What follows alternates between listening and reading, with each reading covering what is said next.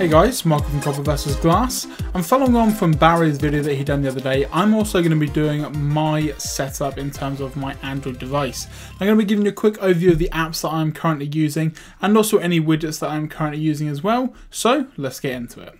Now first off, as you can see here, that I've got a very minimal home screen. Now the main widget that I'm using is Dash Lock. Now Barry mentioned that he's using Better Dash Lock for the fact that you can get rid of the clock. They've now implemented that into Dash Lock, which I think you mentioned. So I'm using the standard Dash Lock widget for video purposes, and just in general it's the go-to widget that I put on every Android device that I own. It's got everything that I need in terms of emails, weather, battery percentage, how much free space I've got, even the CPU usage of the actual phone itself. Now I've also just got the standard time at the top, which is the stock Android clock, including the date there and also my next alarm. Now you can see here that I've only got very little apps on the home screen. This is my only home screen. If I press this button here, you can see I've only got one home screen. Just to let you know guys, if you can hear any noise in the background, it is an issue with the boiler that I've got, so I do apologise for any background noise. I'll do my best to edit it out once I've filmed the video. So in terms of my go-to apps, I've also got my camera, Chrome, Feedly, which is how I get most of my news on my Android phone, and then I've got here my messaging / social media in terms of I've got here my Gmail, Twitter, WhatsApp and Hangout, which is the way that I contact most people. So if we now head into the actual app drawer itself, you can see that my app selection is quite varied. I've got some very useful apps and I've got quite a lot of games as well. I do like playing games on mobile. I am kind of a app hoarder. I do install and delete apps pretty much on a daily basis. So first off, you're going to see here that I am using 1Password. Now obviously Barry mentioned that in his last video. He did do a video on it, but we unfortunately had to pull it as the app is still in beta. Now I'm also going to be using Adobe Reveal, which is a very good photo editor, which I'm actually going to be doing a full featured video on, so do kind of be looking out for that.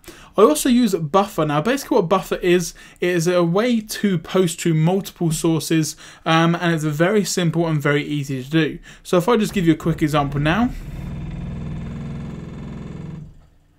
I'm just going to create a post here, so I want to add that to Copper vs Glass Twitter and the Google Plus page. So I'm just going to be doing March 2014 apps. And when I then click on share now, what it's going to do is it's going to share that to both Google Plus and Twitter, so you don't have to do multiple posts. So very, very nice in terms of the application. I've then got the standard Google applications, so I've got here the calculator, calendar, camera, Chrome, clock, etc.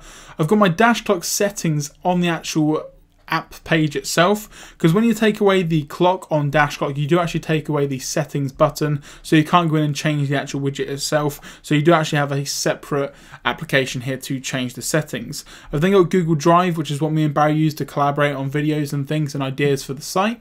Google Earth, Facebook, which I'm using less and less, to be perfectly honest. I've got a very good community going on Google Plus, and obviously people that have started to follow us on Twitter, that's where they get most of their news from us as well. So in terms of Facebook, I don't necessarily use it as much as I used to. Now I mentioned obviously that I use Feedly. Now what Feedly does is it basically aggregates all news sources into one application, much like what Flipboard does, but I do like the interface a lot more. You can see here that you can scroll through different stories, bring out your sidebar to bring up any actual specific news feeds themselves and go into it. So it's very nice. I'll put all the links down in the description to the main applications on my phone, so if you guys want to check them out for yourselves, then you can do. I've still got Flappy Birds on my Android device. If you are following us on Twitter and also on Instagram, which I'll put links down below, you will see that I did get a new high score of 69 the other day, which I was very proud of.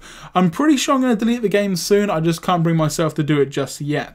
Now I've then got Frontline Commando 2, which is a new third-person cover-based shooter, which again I will be doing a separate video on shortly for you guys. Now me and some people at work have really got into Fruit Ninja, trying to get high scores. Let me know what your high score is. Mine currently is 486. If you guys have beaten that, do leave a comment down below to let me know what your score is.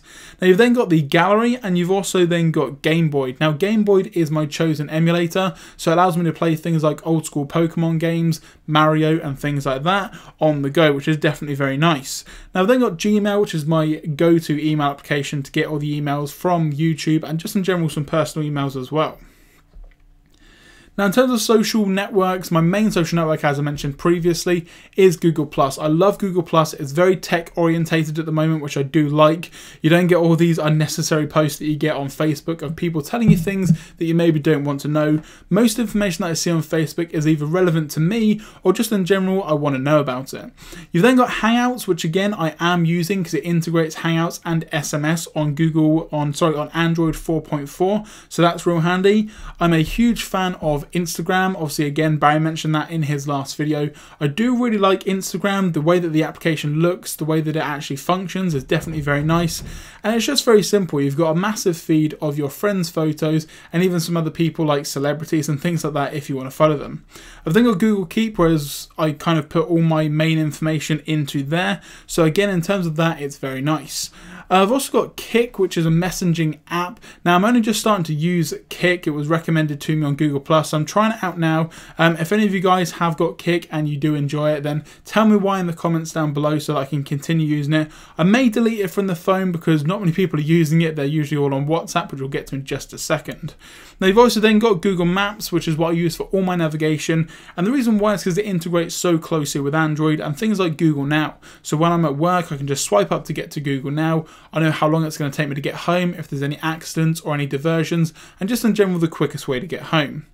Now, so you do have Musi or Musai or however you want to pronounce it, and that is obviously the wallpaper application. I'll put a link down below to Barry's full video review that he done of that application, but just to let you guys know that it's pretty much the best wallpaper app at the moment. I've then got People, Phone and Photos, which is self-explanatory. Photos has actually had a redesign recently, so the editing software does look really nice. I do use Google Play, and I also use Google Play All Access to get access to all of the music and things that I have stored. You've obviously then got the Play Store. QuizUp is a brand new application that's been out on iOS for quite some time and is quite popular, and it's basically a quiz application, so you have to answer questions to win points. But the great thing is it's integrated into the Google Play kind of application, so you can challenge your friends and things like that.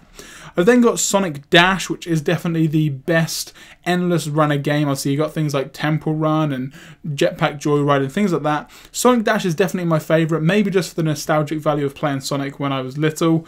I've then got Speed Test. I'm a bit weird when it comes to internet speeds. If I go anywhere new or I go around to a friend's house, I do always check their internet speed and keep a log of that.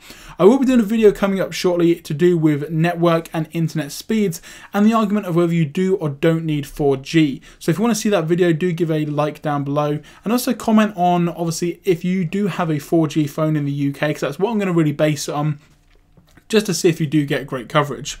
I've then also got Simpsons Tapped Out. Now, I'm a bit addicted to this. I've had it pretty much since day one. My Simpsons Town is massive. I'm on about level 38 or 39, and I definitely do like that.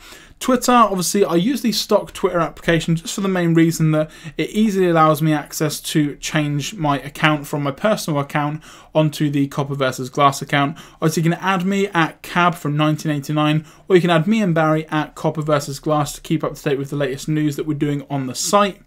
Lastly then, I'm going to have WhatsApp, which is self-explanatory. It's probably the best messaging application you can get at the moment. And the way it integrates and the fact that most of my friends are using it is the reason why I use that over, say, standard SMS or even Facebook Messenger. And lastly, I've got YouTube, which is where I obviously keep up to date with all the latest tech information from other channels. And that's obviously where me and Barry post all our videos for you guys to see. And that's pretty much going to do it, guys. That has been a quick look over of my Nexus 5 for March 2014. Me and Barry are going to kind of start to do more and more of these types of videos. So if you guys do want to see some more videos like this, where we're kind of giving you an insight as to how we use Android, what applications we are using, then do leave a comment down below. And don't forget to like this video if you did. I'm Michael from Copper vs Glass. This has been a quick look at what's on my Android device, and I'll catch you guys in the next video.